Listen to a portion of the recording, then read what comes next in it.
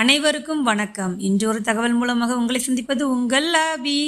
பங்குனி மாதத்தில் வரும் உத்திர நட்சத்திரம் சேரும் நாளை பங்குனி உத்திரம் என்கிறோம். இந்நன்னாளில் பல தெய்வீக திருமணங்கள் நிகழ்ந்ததாக புராணங்கள் கூறுகின்றன.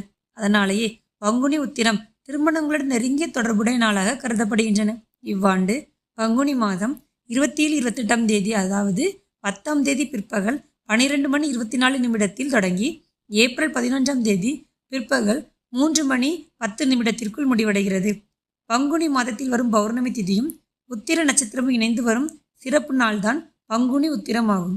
பங்குனி உத்திர நன்னாளில் பல கோவில்களில் தீர்த்த யாத்திரை, கும்பாபிஷேகம் போன்ற சிறப்பு பூஜைகள் நடைபெறும்.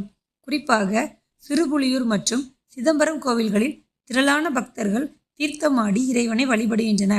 பங்குனி உத்திர நன்னாளில் தானம் மற்றும் தர்ம செயல்களில் ஈடுபடுவது மிகவும் புண்ணியமான காரியமாக உள்ளது. இவ்வாறு நல் செயல்கள் செய்வதால் நம்முடைய பாவங்கள் நீங்கி நற்பெயர்கள் கிடைக்கும்.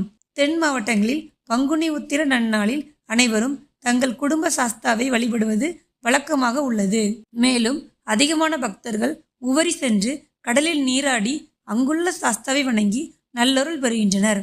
பங்குனி உத்திரம் எவ்வாறு தோன்றியது என்பதை பற்றிய தகவல் லாங் வீடியோவில் இருக்கு.